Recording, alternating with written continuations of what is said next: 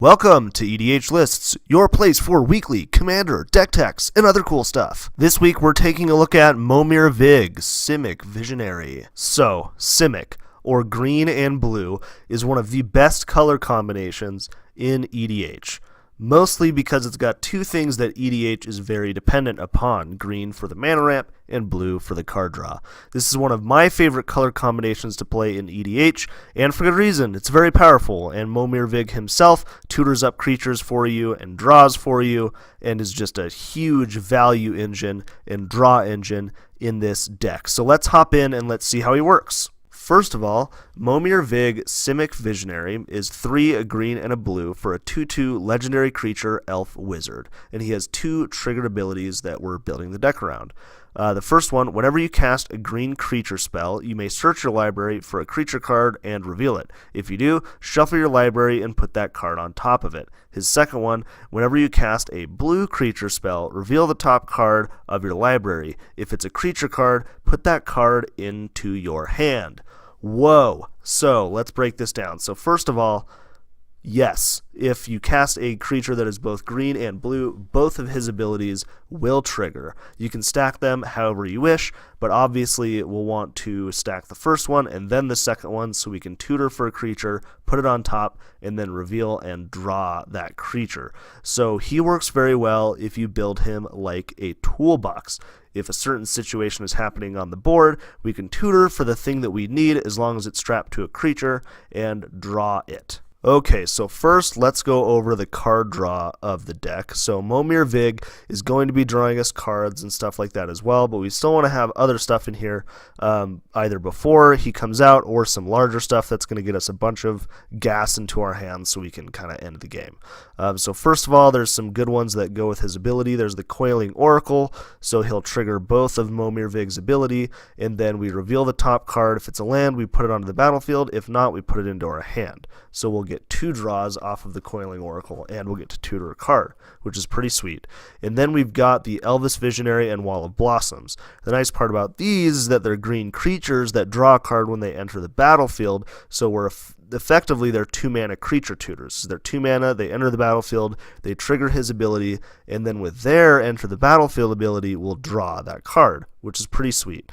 And then we've got some larger stuff. We've got Prime Speaker Zagana, which hopefully by the time we draw her, we've got some larger stuff out on the board. If not, we'll at least have our commander by the time we get her out. So she'll enter the battlefield with X 1/1 counters, where X is the greatest power among other creatures you control, and then we draw cards equal to its power. So if he's out, then we will draw at least 2 cards, which isn't too bad, and then we'll have another 3/3, another creature on the board. I've also got Tishana, Voice of Thunder, in here from Ixalan as well. She's really good. She does kind of the same thing, but it's for each other creature you control, and then her power and toughness are static and equal to the amount of cards you have in hand, which is also really cool. So if we end up having a lot of cards later in the game, she'll be huge, and she also lets us have no max hand size, which is pretty sweet. Other card draw stuff we have in there isn't too crazy. One half of the Zendikar Resurgent I've got in here will draw us cards whenever we cast a creature, and then we've got some controlling things like Sensei's Divining Top, of course, which is always good having it in here. And then I've got Rushmi, the Eternity's Crafter, in here as well. I would call her the lieutenant of this deck. I had a Rushmi deck before I built this one, and she's really fun to play, and she's really, really good, especially in concert with Momir Vig's ability.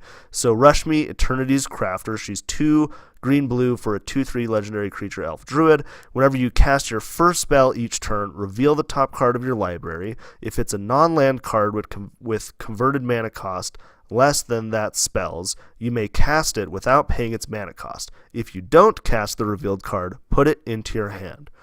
Whoa. So she's way good, especially with Momir Vig, because she'll enter the battlefield, we'll get his 2 triggers, which is sweet, and then the next time we cast our first spell, if it's a creature, we can control if we're going to free cast something, because we'll cast that creature and it will trigger Rushmi, but it's also going to trigger Momir Vig's tutor ability. So say for example we cast Kydel, Chosen of Krufix. That's also a really good card in this deck. So we cast Kydel, we trigger both of Momir Vig's abilities and Rushme's ability. We use Momir Vig's first ability, and we're going to go tutor up Eternal Witness and put it on the top of our battlefield, or on the top of our library. And then Rushme's trigger is going to reveal the top card of our library, which will be Eternal Witness, and it's going to cast it for free. So, like I said, yeah, she's really awesome in this deck. She's a great lieutenant and addition to this. I mean, she really just lights Momir Vig's abilities on fire, and we can fill the board up and get where we want to in this game. Now let's get into the mana ramp section of the deck. For this, I've divided it into two separate categories. The first one is pre-Momir Vig, where we're focusing on getting him out early and developing our board in the early game.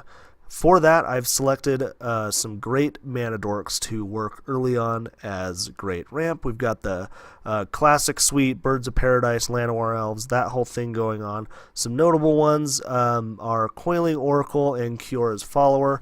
Coiling Oracle, again, is coming in here. If that card is a land, we can pull it into the battlefield, which is nice. Kiora's Follower will untap our permanents in the beginning of the game, and later on we'll untap some of our utility things that we've got and lands that produce more mana to get us more mana in the late game. Some other things, we've got the Gyre Sage in here and some other low-level creatures that are going to get us some early mana. One more to point out would be the Oracle of Moldiah. Will let us play with the top card of our library revealed, and we can play it if it's a land card. So this will work great before we get Momir Vig out to play a land early. And later on, it's great to see if it's a creature card. If we have a blue creature in our hand and are wondering if we're going to hit that Momir Vig trigger or not, we'll be able to see with Oracle Moldiah. And so will our opponents as well. Now let's move into the second section of our mana ramp, which is going to be after Momir Vig, when we're looking to end the game with big, crazy amounts of mana, which Simic loves to do. So first of all, we've got Kydel, Chosen of Krufix, in here. She's going to tap for each card we've drawn this turn for colorless mana, so hopefully we'll be able to tap her for 4, 5, or 6 mana late in the game when we're drawing cards. And we've also got Krufix, the God of Horizons, in here to save any unused mana when we're holding up counter spells or any other surprise things in our deck later on in the game. And Seedborn Muse is someone that goes right along with Krufix that will let us just ramp like crazy if we have Krufix out, so we can save that mana every single turn, and then they'll untap and we'll save more mana and just have crazy amounts of mana if we have both of them out. And if not, she's just great regardless. And then we have got something else that we can tutor for that will be great, which is Vorinclex, the Voice of Hunger. He gets hated on a lot, and for good reason, because he's going to tap, when we tap our mana, it's going to double or add one more of that mana the land produced, which is great. And then whenever an opponent taps a land for mana, it's not going to untap in their next untap step. So you're basically almost quadrupling your mana advantage in the game. So even if he's out for only a few turns, the value that he produces and the leg he stands you up on in the game is worth every single mana it is to cast him and get him out. The other ways we've got to get a lot of mana are Growing Rites of Itlimoc, which will transform into Itlimoc Cradle of the Sun, which is basically Gaia's Cradle. This is a good thing to have untapped with the Kiora's Follower and keep using it when we've got a bunch of creatures out on the battlefield. We've also got Mana Reflection and Zendikar Resurgent in here to add to our mana. Mana Reflection is quite a pricey card. I have one in my collection, so if you don't have a Mana Reflection, a great budget replacement for this would be Boundless Realms. It's going to be 7 mana to go get a bunch of basics out of your library and stick them out onto the battlefield. Alright, so quickly we're just going to go over the removal and board wipe suite that we've got set up in this deck. Things that we can tutor with Momir Vig are going to be on the list because we can go get them and it fits with our commander. So first of all, we've got Reclamation Sage, which is just great with this deck. We've also got the Acidic Slime in here as well, the World Breaker that we can go grab with Momir Vig. As far as wipes go, we've got the Bane of Progress that we can go grab and destroy all artifacts and enchantments. We've also got Beast Within and Krosan Grip in here. If we really need to deal with something and there's a Torpor Orb or something like that out there that's really bad for our deck, we can Krosan Grip it and there's no response or anything like that, which is nice. Because of our color restriction, we are running a copy of All Is Dust to really wipe the board if we really need to. As far as our counters go, we've got some combo friendly ones that don't require us to hold up as much mana, and then some other ones as well. So we've got Swan Song that will let us counter an enchantment, instant, or sorcery for just 1 mana. Counter Spell, which is just a classic counter spell. We've got Void Slime as well. It's 3 mana, but it'll let us hit an activated or triggered ability as well, just in case there's one of those that we really need to not happen. And then we've also got Plasm Capture in here, which is a really overlooked counter spell, I think, for the Simic colors. We'll be able to counter something, and then we will add X mana in any combination of colors to our mana pool, where X is that spell's converted mana cost at the next pre-combat main phase, which is awesome. It's ramp, it's a counter, I love it. Also, counter spells, we've got one that is strapped to a creature that's very good. We've got the Mystic Snake in here. It's a flash creature, it's a surprise blocker, or when it comes into play, it counters a target spell as well, and it triggers both of Momir Vig's abilities. We can't ask for a better card for this deck. Now we're going to talk about the development of the deck, how we're going to run our early turns, then we'll get Momir Vig out onto the battlefield and talk about how we're going to use his ability to further our board state. In the early turns of the game, we're going to be wanting to use our lower end ramp and draw stuff to get Momir Vig out on turn 4 if we can, maybe turn 3, that is possible. Turn 5 at the very latest, we want him to be on the battlefield so we can start using his ability. We've got the Birds of Paradise, Llanowar Elves, the stuff we talked about earlier on the lower end that's going to allow us to bring him out earlier. We'll also want to be drawing cards if we can, make sure we're hitting our land drops with Wall of Blossoms, Elvish Visionary, the stuff in there that we talked about earlier that's going to get us the early draws to draw into the stuff that we need to get Momir Vig out onto the battlefield. Once we've got Momir Vig out onto the battlefield, what we search up with him is really just going to depend on where we're at in the game and what our opponents are doing. So for example, if we need some card draw, we're a little low on card draw, we can tutor up and grab Edric, Spymaster of Trest, and really light our deck on fire with all of that card draw. If we're hurting on mana, we can go grab the Weaver of Currents, a big mana dork in there. If there's a guy running Infect or a big creature, we can tutor up the Winged Codal and flash in a scary Death Touch flying blocker at the last second. If one of our things got removed, then we can search up the Eternal Witness and pull something out there. If there's a really juicy creature on the battlefield and we would just love our own copy of it, we can grab our clone. If there's an artifact, Phyrexian Metamorph, there is just a whole bag of tricks that we can go grab with this deck. One of the first things we will want to go get is going to be Rush Me. Like we talked about earlier, she's pretty much the lieutenant of this deck, and we're going to want to go get her to start casting stuff for free and that type of stuff to really just further our board state and get into an oppressive position to where we can start tutoring for our higher end stuff and start bringing the game to a close. Let's talk about the weaknesses of this deck real quick. So being a very creature-centric deck, the first thing that we need to address is going to be board wipes. We're going to play out all of our creatures, and someone's going to come around and try and cast Wrath of God or Damnation. Thankfully, in these colors, we have a few different ways that we can deal with board wipes. The first one is just going to be to counter them. Thankfully, we've got the Mystic Snake in here that we can tutor to counter for if we need to, or we've got the other counter suite stuff in here, and hopefully we'll have those in our hand and be able to stop it that way. If we don't, we can always make our creatures indestructible as long as it's a destroy board wipe. Every once in a while you'll run across the exile board wipes or -X board wipe, and a indestructible is not going to help you in that situation, so hopefully you'll have a counter spell or you'll be able to go grab Mystic Snake in that specific situation. So you've got Heroic Intervention, which is 1 and a green for an instant to give all of your creatures hexproof and indestructible. And then we've got the Soul of New Phyrexia that we can tutor for. That's a creature that will allow us to activate his ability and make our creatures indestructible. So hopefully we'll be able to have those in the right situations and stop those board wipes to keep our board position intact. The next thing we need to worry about with this deck specifically is anything that stops enter the battlefield for creatures or anything stopping us from casting creatures or attacking, stuff like that. For that reason, especially for Torpor Orb, that's going to stop all of our enter the battlefield effects from happening. That's why we've got the Krosan Grip and Beast Within in this deck, just in case that happens and we can't counter it or anything like that. We've got the removal on an instant instead of a creature, so we can get rid of that and get back into the game. Same goes for things like Crawl Space, Propaganda, stuff that we need to stop to attack into people eventually. We've got removal on our creatures for that as well, and on the instants to go ahead and help out. Okay, so now that we've talked about all the other stuff, we're going to talk about how are we going to win.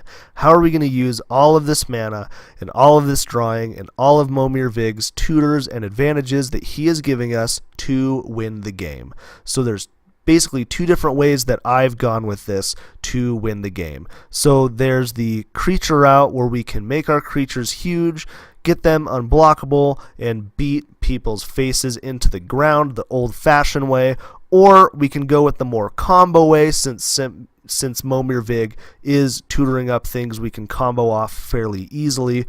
So first we'll talk about the combos. So we'll want to create infinite mana. There's a few different ways to do this for colorless and colored. The easiest and most budget way that I've found is Deadeye Navigator and Peregrine Drake or Palinchron. Palinchron's a little bit more expensive, but Peregrine Drake is only like 60 cents, so you can find it for really cheap. So you'll strap the Deadeye Navigator onto the Peregrine Drake, where you can pay 2 mana to untap 5 lands, so you'll net 3 mana from that, which will give you infinite mana if you keep doing it and adding the mana to your pool and flickering him and adding the mana to your pool. And then there's a few things that we can do with that infinite mana. So we can use Thrasios, Triton Hero, to draw our entire deck into Laboratory Maniac, and he says if you would draw a card when your library has no cards in it, you win the game instead of losing the game, because normally you lose the game.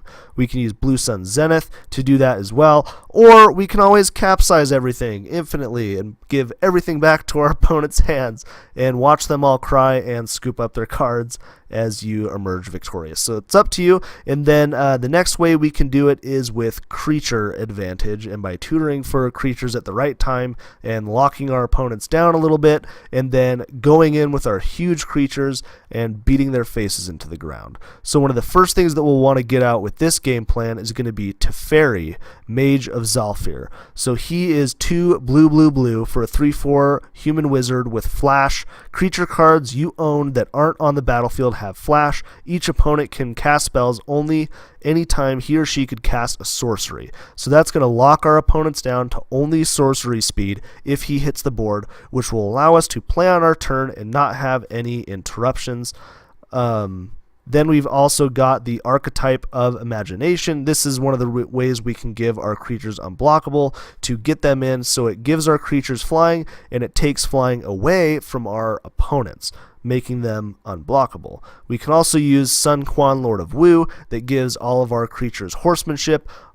In Commander, pretty much they're unblockable unless someone else has a Sun Quan, Lord of Wu, but personally, I've never run into that situation where both sides of a board have horsemanship.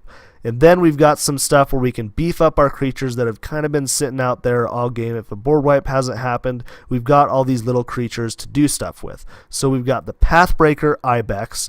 This is one that came to us in Commander 2015 in the Marin deck. So it's 4 green for a 3/3 goat. Whenever Pathbreaker Ibex attacks, creatures you control gain trample and XX until end of turn, where X is the greatest power among creatures you control. So he's basically a baby Craterhoof Behemoth, which, spoiler alert, this is in the deck as well as Avenger of Zendikar and some other great creatures in here that we can use. We've also got clones as well. I don't know if you've ever cloned a Craterhoof Behemoth, but it's a great feeling to swing in with massive cloned creatures. So we've got clone in here, Phyrexian Metamorph, Progenitor Mimic. One of the other big game enders is the Right of Replication, so we can put 5 tokens onto the battlefield of Craterhoof Behemoth, which is going to make our creatures absolutely massive. And then with these creatures, I've also got Triumph of the Hordes in here as well. That's going to give our creatures +1/+1, trample, and infect. So if we don't have any way to pump our creatures, this is a good way to end it, or in conjunction with pumping up our creatures, if someone else has a lot of creatures they can block with and we don't have any of our unblockable stuff, this can be a way that we can end the game through combat damage. Alright, that is pretty much the deck. The moral of the story is we're going to use Momir Vig's ability as a toolbox to get the right things at the right time, to make sure we have a good, consistent game, removing the things that we need to, and drawing when we need to, ramping when we need to, and eventually locking down our opponents with Teferi and Vorinclex, and then getting our Craterhoof, Pathbreaker, stuff like that out to run down our opponents and beat them in the face and take our victory. Thanks for stopping by, guys. If you want to support the show, don't forget to hit like and subscribe.